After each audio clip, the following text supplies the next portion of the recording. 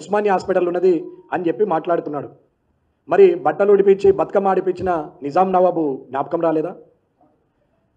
ఈ తెలంగాణ ఈ నిజాం స్టేట్లో ఉన్న ప్రతి ఒక్కరిని పన్ను వసూలు చేసి రక్తం పిండి పాలు పిండి ఆడవాళ్లను మానభంగం చేసి పన్నులు వసూలు చేసిన నిజాం ప్రభు జ్ఞాపకం రాలేదా రేవంత్ రెడ్డి గారు? ఏం మాట్లాడతారు? ఎదురుగా అక్బరుద్దీన్ గారు ఉంటే మీకు ఏమన్నా గజగజ అన్నదా? అక్బరుద్దీన్ గారిని చూస్తే ఏమన్నా చేవ చచ్చిపోయారా? అదా మీ పొగుడుతా?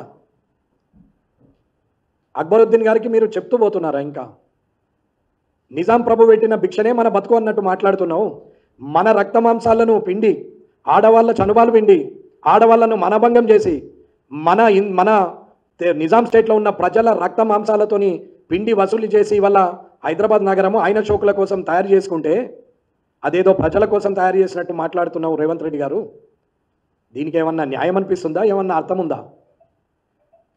తెలంగాణ విమోచన దినోత్సవం సెప్టెంబర్ 17 రోజు చేయాలని చెప్పి ప్రజలందరూ కోరుతా ఉంటే పురాణా నిజాం పోయిండు, నిజాంకు జాగీర్దార్ తిరిగి వచ్చిన కేసీఆర్ పోయిండు, ఇప్పుడు మళ్ళా నయా నిజాం వచ్చినట్టు మాట్లాడుతూ ఉన్నాం. ఇది ఎంతవరకు కరెక్టు రేవంత్ రెడ్డి గారు? ప్రజల ముందొచ్చి మాట్లాడు, ఒకసారి చెప్పి చూడు. అక్బరుద్దీన్ గారి సహకారం తీసుకుంటే దానం నాగేందర్ గారు గెలుస్తారని చెప్పి భూతు పురాణం మాట్లాడిన దానం నాగేందర్ గారు అక్బరుద్దీన్ వచ్చి క్షమాపణ చెప్పాలంటే చెప్పినావు.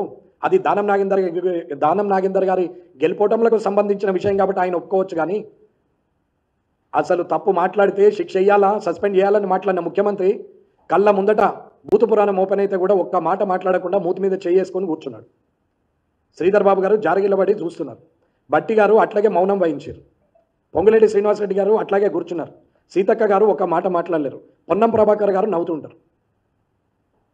ఎదుటి ఆఫ్ ద రికార్డులో కూడా మాట్లాడినటువంటి ఎదురుగా ఉన్న ఎమ్మెల్యేలకు కూడా కనీసం ఏం మాట్లాడుతున్నాము ఎలా మాట్లాడుతున్నాము సభా సంప్రదాయాలు ఏంది అనేది కూడా తెలియని పరిస్థితుల్లో తెలిసిన వ్యక్తులు తెలియని వ్యక్తులను ఉసిగొలుపుతూ అసందర్భంగా అన్పార్లమెంటరీ వర్డ్స్ మాట్లాడుతూ ఉంటే ఈయన మైకులు అన్నమాట వాళ్ళు మైకు లేకుండా అన్నారు. వాళ్ళను తీసి సస్పెండ్ చేసి టర్మినేట్ చేస్తే ఎలక్షన్లు లేకుండా 5 సంవత్సరాల దాకా మొత్తానికి ఎలక్షన్లో పోటీ చేయకుండా చేస్తే బుద్ధి వస్తుంది. అప్పుడు నోరుంది కదా, ఒళ్ళుంది కదా, ధనబలం ఉంది కదా, అధికార బలం ఉంది కదా, నేనేదో రాజును అనుకుంటున్నారు రాజ్యానికి గెలిచిన నియోజకవర్గానికి. కానీ మేము సేవకులం పనోళ్ళము ప్రజల పక్షాన మాట్లాడాలనే ఆలోచనే లేదు. 95 గంటలలో కనీసం గంట సేపు కూడా ప్రజా సమస్యల మీద మాట్లాడలే. ఎంతసేపు భూతు పురాణము, 70 గంటలు భూతు పురాణము, 10 గంటలు ప్రొటెస్టు, ఒక 5 గంటలు వాళ్ళు 10 గంటలు వారు చేసింది వావా వావా అనుకోవడానికి వావా జపానా అనుకోవడానికే సమయం సరిపోలేదు జపానా అనడానికి. ఇక ఉంటే ఒక అరగంట గంట ఉండొచ్చు. ఇది అసెంబ్లీ సమావేశాల విషయం. ఇకపోతే రుణమాఫీ విషయం మాట్లాడారు. రుణమాఫీకి వచ్చేసరికి రైతులకు ఎంత ఇబ్బంది అవుతుందో అర్థం చేసుకోవాలి.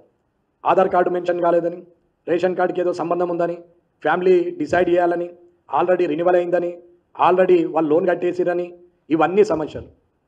రైతు భరోసా ఇస్తామని చెప్పి 5 ఎకరాలు 10 ఎకరాలకి ఇస్తామని రైతులతో ఒక డ్రాగన్ చేస్తూ ప్రోగ్రాం పెడుతున్నాం. ఈ రుణమాఫీలో ఉద్యోగస్తుడు ఉన్నాడని తల్లిదండ్రులకు ఆ రుణమాఫీ ఇస్తలేని పిల్లాడు కొడుకు ఉద్యోగం చేస్తున్నాడు, ఇన్కమ్ ట్యాక్స్ కడుతున్నాడు.